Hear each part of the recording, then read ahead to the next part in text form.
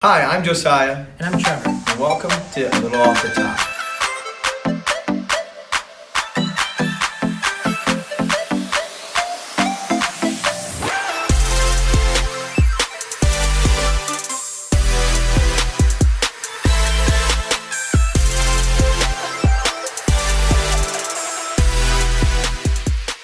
Welcome to episode 5 of A Little Off the Top. Today we're going to be reviewing Craig Ballantyne's book, The Perfect Day Formula. This book is absolutely fantastic and life-changing. So if you guys haven't read it yet, pick it up and read it. It's so great.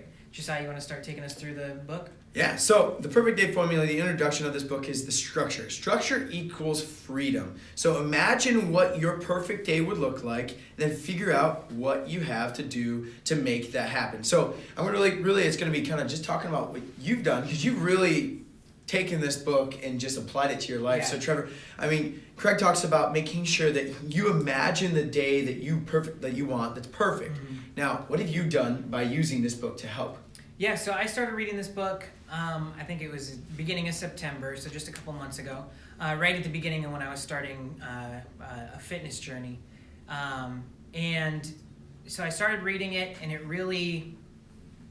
I took the idea of structuring my day, and I said, I'm just going to do it. I'm going to structure it. I don't know if it's going to work. Let's see what happens. So I just wrote down in my planner, following all of his steps, and said, you know what, my job works out well where I don't go in till a little later in the morning, so I can definitely use that time in the morning to, I can use it more productively. So that's what I did. I just started using his formula for the perfect day, and I'm not going to say every day's been perfect, but it's been a lot better than it was before. But each day gets better, and Yeah. that's the whole point. All right, so part one, control your mornings. So the mornings, they're one of the most important things. So if we talk about anybody who's successful, they have a successful morning. So Craig is one of these people that has kind of perfected his morning and been able to figure out how to be successful. And it starts in the morning. So morning routines, rituals, they're very powerful, and they're so important to have in place, because if you don't have them, you're kind of just running the time. You're just trying to run around with your head cut off in the morning. Have you ever had those type of mornings where you're just like, everything's just falling apart, you're losing control, and then you're already losing the day. You're not even winning it anymore. Craig really dives into that thought right there of running late in the morning and how that causes most of people's unhappiness in life, because you hit your snooze 5-6 times, you wake up late, you don't get to eat breakfast, so you get to work late. So now it's 11 a.m. Yeah. and you've been working a couple hours, and you're hungry and miserable.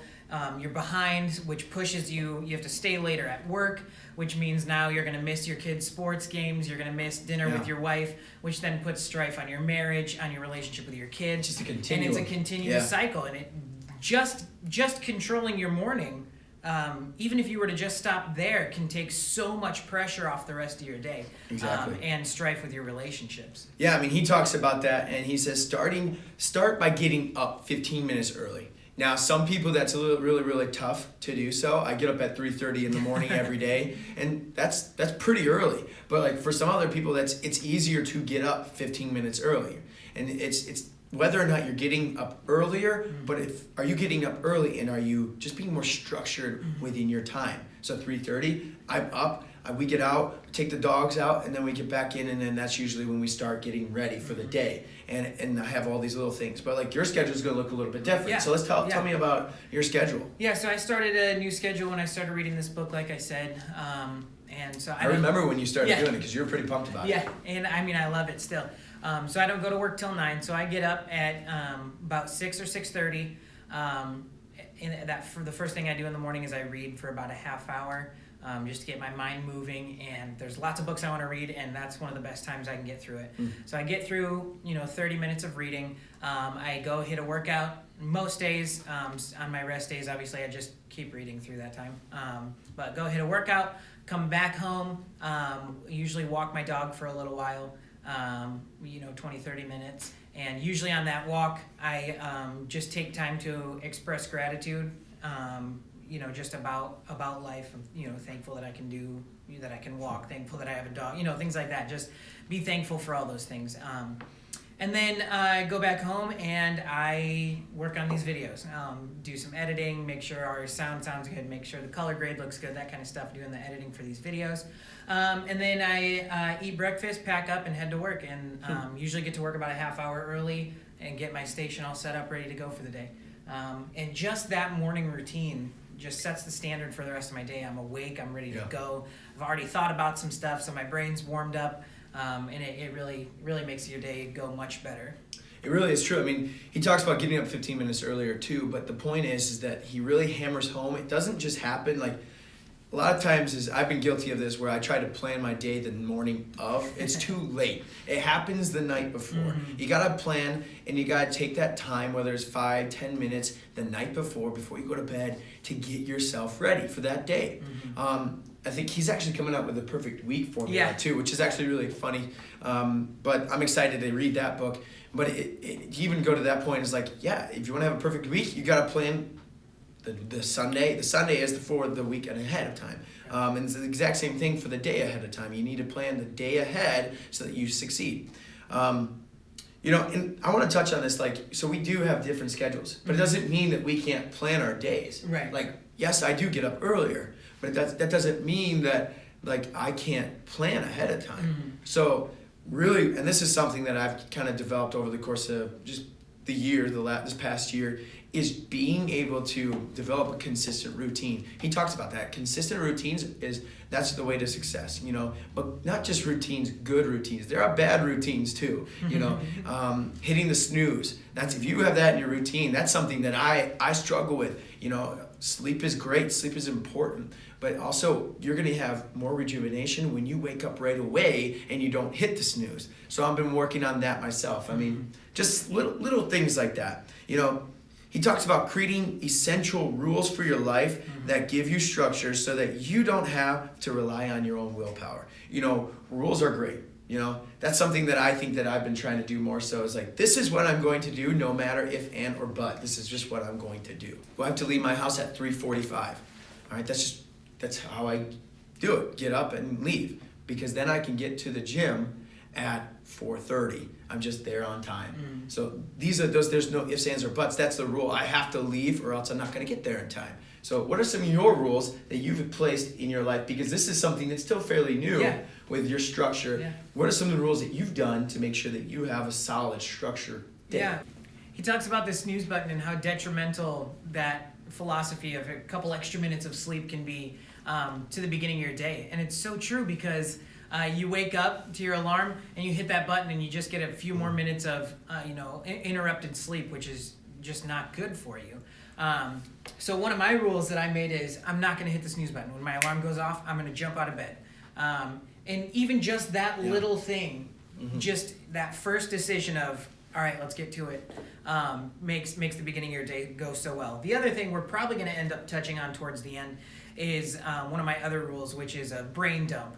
So a lot of times you can't fall asleep because you got a million things running through your head at a million miles an hour. And so Craig talks about how he does a brain dump. He just takes a piece of paper and a pen, and before he goes to bed, he writes until his brain's done. Just, okay, I need to think about this, I need to think about this. It goes through all those things so that okay, I'm not going to forget about this in the morning. It's all going to be on that piece of paper, and if there's anything there that I need to address tomorrow, it's there. I don't have to worry about it. Now I can go to sleep. And so that's one of the other things I've been practicing, and there's nothing worse at night. You're trying to go to sleep, you're exhausted, but your mind's just going, you know? I mean, I've been there multiple times, I gotta do that, I gotta think about that, I gotta do this, this, and before I know it, it's already 10 o'clock and I gotta wake up soon, and it's this is insane. I think that's such an awesome idea, and I think it's very beneficial to just get everything out of your head onto a piece of paper, or even technology nowadays, just type it on your note, in your phone, whatever, just to relieve your mind so that you're getting the most out of it. He talks about it, and we've already talked a little bit about this, is create a not to do list. So do not hit the snooze. Do not check your emails, social media. I mean, I know that's something I struggle with right away as soon as I get up. It's I hit my alarm, then pick up my phone, and I'm like, oh, what's on social media? It's a habit. it's not necessarily a bad habit, but it's not the best habit. And when we get down to this thing, it's like focus on the things that you need to do right away, because then you're already a step closer to winning your day. Mm-hmm. So that's something that's very great to do. Do you not consume food that makes you feel like crap? Man, that's powerful. I mean, I'm a fitness professional. Trevor, you've been changing your life with just by your fitness journey, and I think that's awesome. You've lost 40 pounds in, when was that? Like 3 months. 3 months. Like that's an amazing feat. And some people don't think that they can ever do that. But you weren't eating crappy food, you know. And like I think that this really actually helped you do that challenge that you were on with Fit Body Boot Camp. Absolutely. That's one of the things is that I think that really helped you, because one, you took Craig's advice of creating a perfect day, allowed you to have a great day, but then also not just a day, but the last 3 months. Yeah. And, you know, it's so important. What you fuel your body is what your body's going to put out. If you fuel it with crap, it's terrible. And it's going to affect your body in the amount of energy. You're going to feel crappy. You're going to feel lethargic. You're not going to have a good work day. If you go and eat, so you lunchtime, I'm going on a tangent real quick, but if you go on lunchtime, you know, and you go and eat fast food and you come back and you're trying to be very productive for your day, you ever hit that crash, that low, you're like, oh my goodness, I'm so tired. It's because you're eating crappy food that's going to impact that. So think more higher quality food, more whole foods, and it really does make you feel better. And it's not just about having a perfect day. It's going to have you have a higher quality life too. Yeah, absolutely. That's one of the other rules that I've been working on lately and sticking to is what I eat and when I eat. You know, I have rules about, okay, I'm not going to touch that food. I only eat this kind of food. Mm-hmm. And I'm not going to eat during this time. I'll only eat during this time so I can have a structure, because one of my biggest issues with, pre-weight loss was just eating whatever, whenever, just because, I feel like having food. So if you can you're not alone. I think that's 99% of the population in America. Make some rules there, and you'll start making progress. So this leads me into my next thing. Compare what you want against what you actually do, and that's referring to what you do in your life. So I think this is very big, because I mean, we want so many different things, but are we willing to actually do the things in order to get what we want? Yeah, and it's just all about being honest with yourself. You might be saying, I want to be healthy. I want to exercise. But like, are you doing it? You know, you got to make sure those things are lining up, and that you're actually doing what you're saying you want to do. Yeah, and I always say this to clients and stuff like that. You can want it all you want, but if you're not willing to actually do it, you're not going to obtain it. You're not going to be successful at that. And that's exactly what he's getting at, is being real with yourself, like Trevor was talking about, and you're being real with yourself. Do you want to lose weight? And you did, and you conquered that. You lost 40 pounds. Like, I'm not just keep on saying it because I think I just want to talk about it. I think it's freaking awesome. Like, that's a huge feat. And like, everybody has life goals, fitness goals, health goals, and we want them so much, but are we willing to put the things in action to do them? I think that's so important.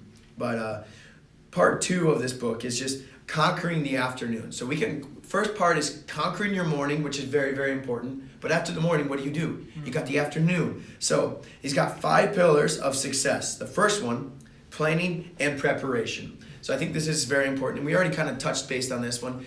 But it's also very important because, like, you can plan for your morning, but then you've already succeeded in the morning. How are we going to succeed in the afternoon? There's other things you got to do in the afternoon. So, Trevor, how did you find that? Because it seems like you had a really good morning routine. Yeah. How did you really succeed in having a successful afternoon? Yeah. So this one got a little confusing for me for a while. I'm still working through this afternoon part just with my job. I'm a barber, so my schedule is in the hands of whoever walks in the door. But I work 10 hours a day, so sometimes it gets a little hairy about, with as far as rules go about what time I can do whatever, I'm working on. But there was different things that I really stuck to, and that I continue to stick to with those rules of planning and prep. As far just down to like the water I drink, I can always have a bottle of water in my back bar. I'm gonna do that, what I eat for lunch, things like that. One of the biggest things that he talks about in the book, and that is, was a huge success for me with weight loss, was not letting my afternoons get away from me, because they can in the shop. They can get pretty wild if we've got 12 people waiting. We're moving too fast and things like that. But making sure that I plan to have my lunch made and prepared in the fridge, instead of, oh no, it's 3 o'clock and I haven't eaten yet. I'm gonna go grab McDonald's. Things like that. You got to plan and set up for yourself those barriers so that you can be successful. So those are kind of the things in the afternoon that I'm able to do, just to keep my day rolling. So the next pillar is professional accountability, or the power of a pro. So having someone that's going to help keep you accountable during these type of things. And so for you, you were doing a Fit Body Bootcamp Challenge at Matt Wilbur's locations. And so with that being said, that you had an actual coach that was keeping you accountable every week, that you had to send a progress report. How did that impact you in this whole thing? Yeah, that's a huge piece for me in really anything is accountability, and having someone to talk through things with. And as cheesy as it might sound, I know a lot of people are this way, but it's almost like you want to impress somebody. Even if it's You're a not, people person. yeah, exactly. Yeah. Even if that person isn't, it doesn't matter who that person is. It's like you know that you're going to be turning in a report, and you really want them to say, "Wow, you did a great job this week." Yeah. And so that kind of stuff really drives me.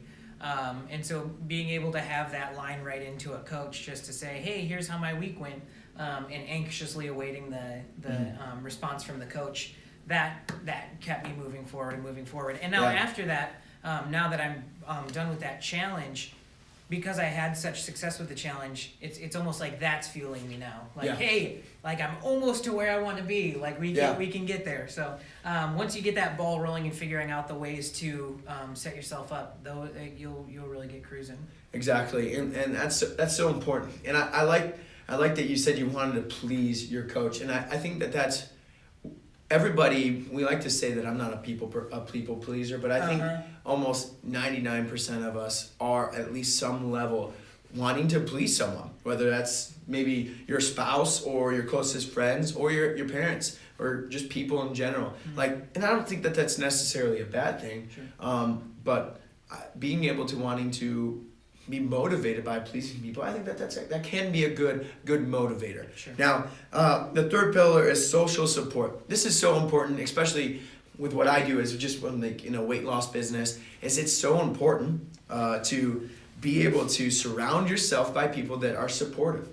It's very tough to go through what you did if you didn't have any support. Sure. I can't imagine. So what was your social support? Who supported you the most throughout this entire challenge? Yeah.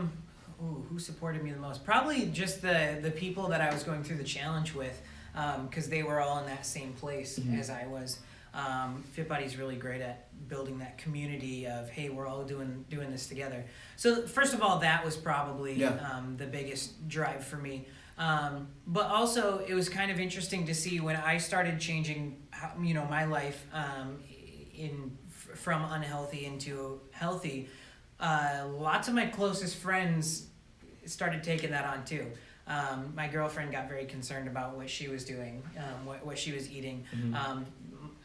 One of my best friends decided, hey, I'm going to start eating better and working out more. And so it was really, I count myself really lucky in that state to have had everybody who's right around me say, hey, no, this is cool. Let's jump in on it too. Because he talks about it in the book, but we've heard this saying a lot about crabs in a bucket. If you guys haven't heard that saying before, you don't need to put a lid on a bucket full of crabs, because as soon as one of them tries to crawl out, the rest of them are going to pull them back down. And that's how society is with most circles, is we see somebody doing something well, and we have to figure out ways to cut them down and pull them back because we feel bad that we aren't right there with them.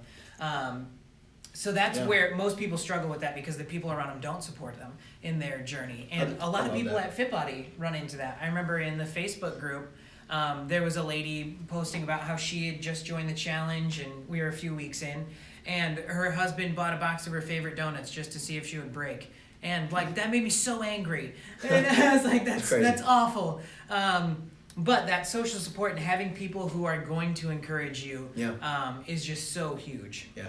Well, and I think that I love that analogy. It's so important to be able to realize that it's so true. The society today, when it has a tendency, when someone starts getting out and going out and doing their own thing and trying to grow, they're like, oh, they're growing too much, pull them back down. And in, we did a book before, it was The Energy Bus, and it's so important, remove those energy vampires from you. And I think that's an awesome way to look at it, is that yes, those are crabs, but those are also vampires trying to suck you down, trying to get rid of you, not letting you be so successful. Absolutely.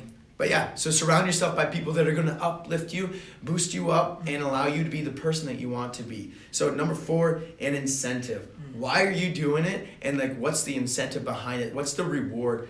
What was something that you put, if I'm going to reach my goal, what do I get in return? Yeah. I think that's so important. Yeah, I just as simple as one of the big drives for me was when I started the challenge, I didn't have a suit that I liked, right? I didn't have a suit that I could wear. And I knew that at the end of the challenge there was going to be a big party and we were going to get all dressed up and stuff. And I love dressing up nice and looking good. And so as silly as that might sound, that was one of my big drives was, all right, if I hit this goal, I set a goal at the beginning of, I want to lose 40 pounds. I said, I'm going to lose 40 pounds. That was your legit goal? Oh, yeah. If you ask my coach, you know him. If you go talk to him, I said that at the beginning. Said, I want to hit 40 pounds. I don't know if it's possible. I don't know if my body can get there. That's just what I want to do. And it was kind of funny because the very last day of the challenge, I hit it right on the nose. So it was pretty wild. But I had told myself, I'm going to buy a new suit. If I hit my goal, I'll buy a new suit. And so that's what I did. And it was Is it this one? This is the jacket, too. Yeah, that's what I thought. That's awesome. So incentive is so important. Reward yourself for your hard work. I mean, when you're trying to be successful, it takes a lot of grind and a lot of hard work and just focus.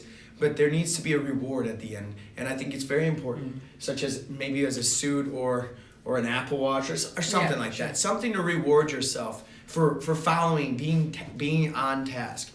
For the last pillar, the 5th one, is the big deadline. Now, deadlines can be very daunting, but they're also very, very important. It's tough to set a deadline, but if you're trying to be somewhere, being successful, you have to have a deadline, because that says, by this date, I am going to have this accomplishment done, and I'm going to achieve it. So I think it gives you an initiative, as we were talking about last one, to get your butt in gear, to get going. Yeah. A lot of times we wait until the deadline, but it's very important to be proactive, and that's what this whole book is about. Yeah, I went to a conference last January put on by Michael Hyatt, and it was all about setting goals. And one of his big points was, some of your goals can be a little nebulous as far as the timeline goes, but you need to have timeline goals also. Because if I set 5 goals at the beginning of the year of I want to do blank, blank, blank, and blank, and I wait until September to get going, I'm probably not going to finish them. No. So giving yourself a deadline, it gives you a guide of, okay, I have X amount of time to get to this goal. Let's break this down and figure out what I have to do now to be able to get to the goal by X amount of date. Yeah. I think that's so important. Michael Hyatt is great. So our last part 3, is concentrate on what counts. So create your vision and set goals to obtain that vision. We talk about that so much within Fit Body. Sure. It's where do you want to be by the end of the challenge? So Trevor, you had a clear vision of what we wanted, what you wanted to do. Yeah. You wanted to be 40 pounds down, and you told me you wanted to win, and you did both of those. Those were great. So you had a vision, but tell us, how did it come about? That's your vision, that's what you wanted to do, and how did you get to that point? Yeah, I'm just a very goal-oriented person anyway, so I love setting challenges for myself, no matter what area of life it is. But you can't set a goal if you don't know what your goal is. And you can't really set accurate goals if you don't know where you're headed. So if I want to set a goal of I want to eat 5,000 cheeseburgers this year, but I also want to run a marathon, those don't line up together. So you got to know where you're headed to be able to create your vision. And so a big part of that is really taking a hard look at your life and saying, okay, what are the things I want to change?